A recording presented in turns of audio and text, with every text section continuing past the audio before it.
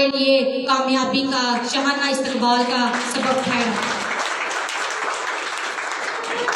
सलीब पर एक मसीहा जिसने कहा कि वो कौन है जो मुझ में गुनाह साबित कर सके।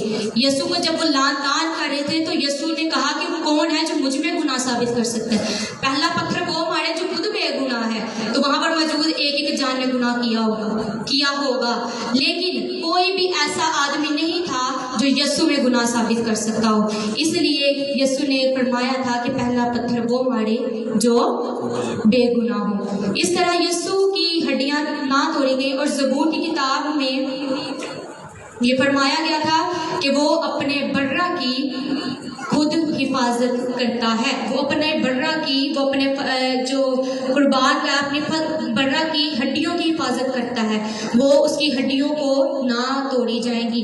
सलीब पर तो यसू बाद में आया, सलीब पर तो यसू बाद में लटकाया गया, लेकिन कई सालों पहले ये पेशन की गई कि उसकी हड्डियां खुदा खुद महफूज रखेगा, उसकी हड्डियां ना तोड़ी जाएंगी। क्योंकि उन डाकुओं की हड्डियां तो तोड़ी गई, लेकिन मेरे मसीहा की हड्डियां ना तोड़ी गई, क्योंकि वो बेऐब व बर्रा था।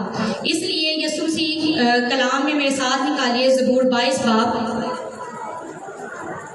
उसकी पहली आयत पर हम जब गौर करते हैं, ऐ मेरे खुदा तूने मुझे क्यों छोड़ दिया। ये अल्फाज खुदा ने यसू ने सलीब पर दोहराए थे। और इसी तरह अगर हम छठी आयत पर गौर करें, पर मैं तो कीड़ा हूँ इंसान नहीं, ये अल्फाज यहाँ पर कीड़ा नहीं इस्तेमाल हो रहा, यहाँ पर शायराना अंदाज में कीड़ा इस्तेमाल हो रहा है। कीड़े का मतलब होता है छोटा।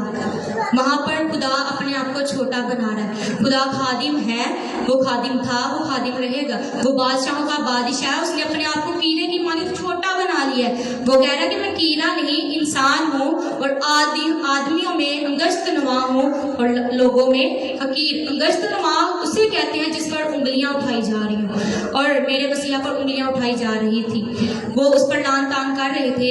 इसलिए मेरे मसीहा ने फरमाया कि मैं तो कीड़ा हूँ इंसान नहीं, बल्कि मैं छोटा हूँ। इसी तरह अगर हम 12वीं आयत पर गौर करें तो लिखा है, बहुत से सांडों ने मुझे घेर लिया।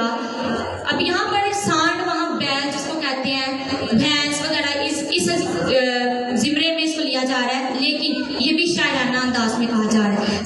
सांड उस जिमरे में कहा जा रहा है कि अबलीस की जो कुव्वतें थी उन्होंने मुझे घेरे हुआ था। जब यसू सलीब पर था तो वहां पर शैतान की कुव्वतों ने उसको इर्द गिर्द से घेरा हुआ था कि अब यसू जल्द से जल्द सलीब पर मौत हासिल करे, जल्द से जल्द वो मरे, ताकि जो निजात का काम है वो रुक सके। लेकिन मेरे मसीहा ने अपनी निजात के काम को मुकम्मल करके कहा कि तमाम हुआ, और आखिरी कलमा फरमाया कि मैं अपनी रूह तेरे हाथों में सौंपता हूँ। हड्डियां क्यों नहीं तोड़ी गई थी मेरे यीशु की, ये अभी मैंने बताया। एक सवाल आप लोगों से, वो बेऐब बर्रा था और पेशेंट को पहले की गई थी कि मैं अपने बर्रा की खुद, उसकी हड्डियों की खुद हिफाजत करूंगा, मैं उसकी जान की खुद हिफाजत करूंगा। कलाम में ये भी लिखा है कि मैं तुझे अपने फरिश्तों को हुक्म दूंगा कि वो तुझे अपने हाथों पर उठा ले। तो मेरे यीशु ने कामलियत का अहद, सात का अदद कामलियत का अहद उसने सलीब पर पूरा किया। उसने मेरे और आपके लिए अपनी जान को कुर्बान करके पुरजोर अल्फाज में फरमाया, जिसको यूनानी लफ्ज में इपन कहते हैं, और पुरजोर अल्फाज में कहा कि मैं अपनी रूह तेरे हाथों में सौंपता हूँ।